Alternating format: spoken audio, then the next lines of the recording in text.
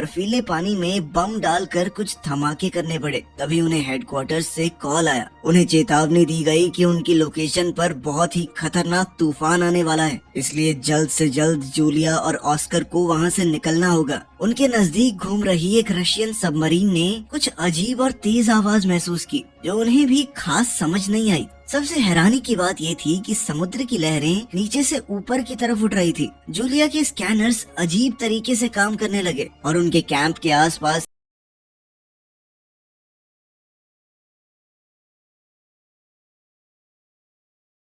की बर्फ भी तेजी से टूटने लगी। जूलिया जाने से पहले अपने रिसर्च पेपर्स उठाना चाहती थी, मगर तूफान उनके बहुत ज्यादा करीब पहुंच चुका था, तो ऑस्कर उसे खींचता हुआ स्नो मोबिल तक ले गया। तभी सबमरीन के कैप्टन ने पता लगाया कि ये आवाज किसी जिंदा चीज की है और वो लोग तुरंत उससे बचने की कोशिश करने लगे। लेकिन अचानक सबमरीन से पानी के अंदर ही एक बहुत बड़ी चीज टकरा गई। ऊपर ऑस्कर और जूलिया बर्फ टूटने के कारण जल्दी से भागने की कोशिश कर रहे थे, लेकिन बदकिस्मती से आगे भी बर्फ टूटने लगी। उनकी स्नो मोबिल जो वहाँ से निकलने का एकमात्र सहारा थी, जलकर राख हो गई और पानी में डूब गई। जल्द ही धमाकों ने उनके कैंप को भी उजाड़ कर रख दिया और बचे हुए साइंटिस्ट धीरे धीरे डूबकर मरने लगे। उधर सबमरीन को भी लगातार नुकसान पहुंच रहा था और लोग बड़ी मुश्किल से अपनी सीट्स पर बैठे थे क्योंकि सब कुछ जोर जोर से हिल रहा था। थोड़ी कोशिश करने के बाद वो फायर करने में कामयाब हो गए और उससे निकली रोशनी ने पानी में कुछ बड़े बड़े टेंटिकल्स दिखाए। तभी एक आदमी शीशे की स्क्रीन से टकराकर दूर जा गिरा और चोट की वजह से बेहोश हो गया। इससे पहले कि सबमरीन पूरी तरह डूब जाए, एक ऑफिसर ने इमरजेंसी मैसेज दबा दिया और रशियन नेवी के हेडक्वार्टर्स में सबमरीन के गायब होने की खबर पहुंच गई, क्योंकि उस सबमरीन में बहुत जरूरी हथियार थे। इसीलिए वो या तो उसे बचाने और अगर बचा नहीं सकते तो उड़ाने के लिए रेस्क्यू टीम भेजते हैं। इस मिशन को विक्टर लीड करेगा, जो पानी में फंसी हुई सबमरीन के कैप्टन का भाई है। उनका परिवार परेशान था कि कहीं विक्टर भी वहाँ गायब ना हो जाए। उसकी माँ को बहुत ज्यादा टेंशन हो रही थी, इसीलिए उन्होंने विक्टर को एक घड़ी दी जो कि विक्टर के पिता की थी, जो अब इस दुनिया में नहीं है। उन्होंने कहा कि ये तुम्हारी रक्षा करेगी, वो जहाँ भी होंगे तुम्हारा ध्यान रखेंगे। उस रात विक्टर डॉक्स पर पहुंचा तो उसे पता चला कि उसके पिता के पुराने दोस्त एडमिरल ओलशैंस्की भी मिशन पर जा रहे हैं। अब उसे चिंता होने लगी कि मिस्टर ओलशैंस्की इस काम के लिए कुछ ज्यादा ही बूढ़े नहीं हो चुके हैं। ये बुढ़ा मरेगा, नाम मेरा हो जाएगा। जैसे ही विक्टर सबमरीन में चढ़ा, तभी क्रू मेंबर्स कंप्लेन करने लगे कि उन्हें छुट्टी से जल्दी वापस बुला लिया गया। दूसरी ओर जूलिया और ऑस्कर उस बर्फीले तूफान में भटक रहे थे। फोन से सिग्नल पकड़ने की कोशिश में जूलिया का ध्यान भटक गया और वो एक गहरी खाई में गिरने ही वाली थी कि तभी ऑस्कर ने उसे ऐन वक्त पर पकड़ लिया। उसी वक्त जूलिया के फोन में एक ऑयल रिग का सिग्नल मिला और सिग्नल मिलते ही उसने कॉल मिला दी, लेकिन उस बर्फीले तूफान की वजह से बहुत ज्यादा शोर था और रिग के लोग उसकी बात नहीं समझ पाए। थोड़ी देर बाद सिग्नल चला गया और कॉल कट गई। ऑस्कर अब बहुत फ्रस्ट्रेट हो चुका था। उसने एक फ्लेयर गन आसमान की तरफ चलाई और थकान के मारे जमीन पर बैठ गया। अगली सुबह सबमरीन दूसरी सबमरीन के गायब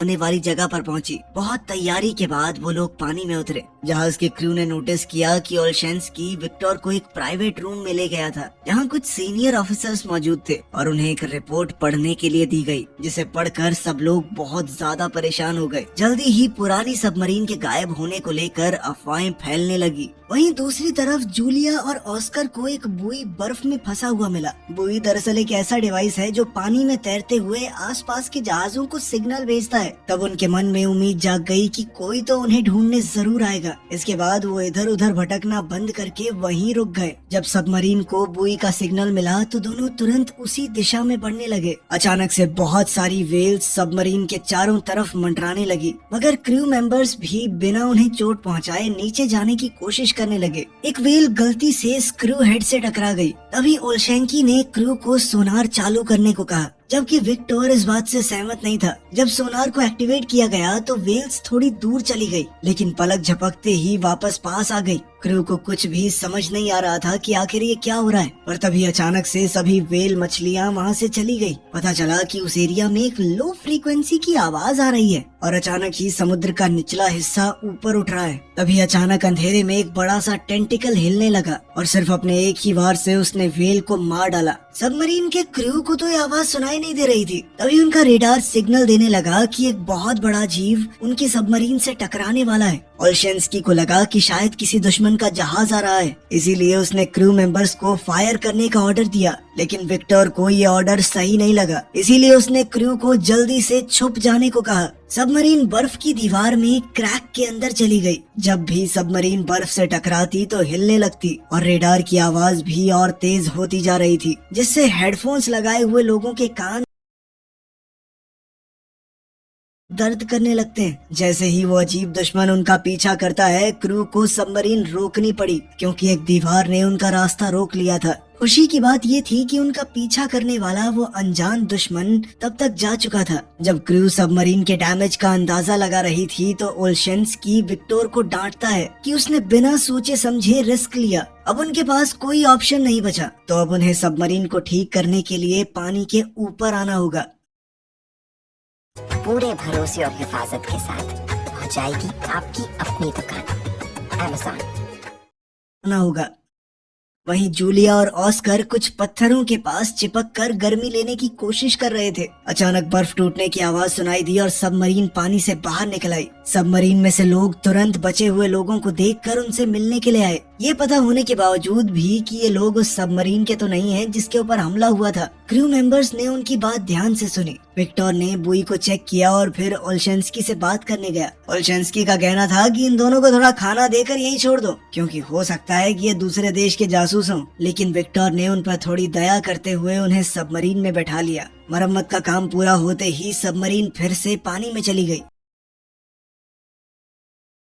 और उन्होंने बुई के पास सर्च करना शुरू किया। मेडिकल चेकअप के बाद जूलिया और ऑस्कर को खाना दिया गया। फिर विक्टर ने उन्हें मैप दिखाकर उनके कैंप की लोकेशन पूछी और साथ ही ये भी पूछा कि क्या उन्होंने कुछ अजीब देखा है। जूलिया बताती है कि उन्होंने वहाँ बड़े बड़े धमाके देखे थे। विक्टर को लगा कि शायद यही उसके भाई के सबमरीन के डूबने की वजह है। सारा क्रू आगे की योजना के बारे में बात करने लगा, लेकिन ओल्शेंस्की ने कहा कि हमें वापस चलना चाहिए क्योंकि थोड़ी देर पहले रडार में जो भी चीज थी वो खतरा वापस आ सकता है। अगर हम पर फिर से अटैक हुआ तो इमरजेंसी सिग्नल भेजना तक मुश्किल होगा। लेकिन विक्टर अपने भाई को ढूंढने के लिए बेचैन था और ऑर्डर देता है कि सबमरीन जूलिया के कैंप की तरफ ले चलो। ओल्शेंस्की ने विक्टर को दूर ले जाकर चेतावनी दी कि ये दूसरी बार है जब उसने गलत फैसला लिया है। अगर एक और बार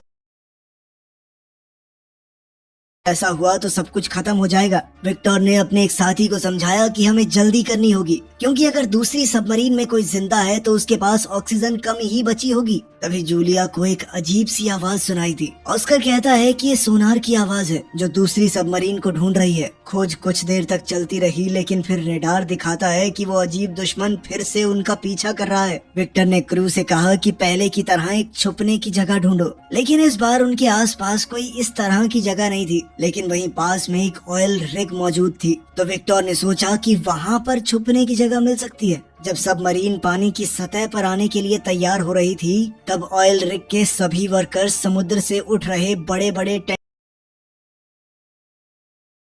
टेंटिकल्स को देखकर हैरान रह गए। उन्होंने तुरंत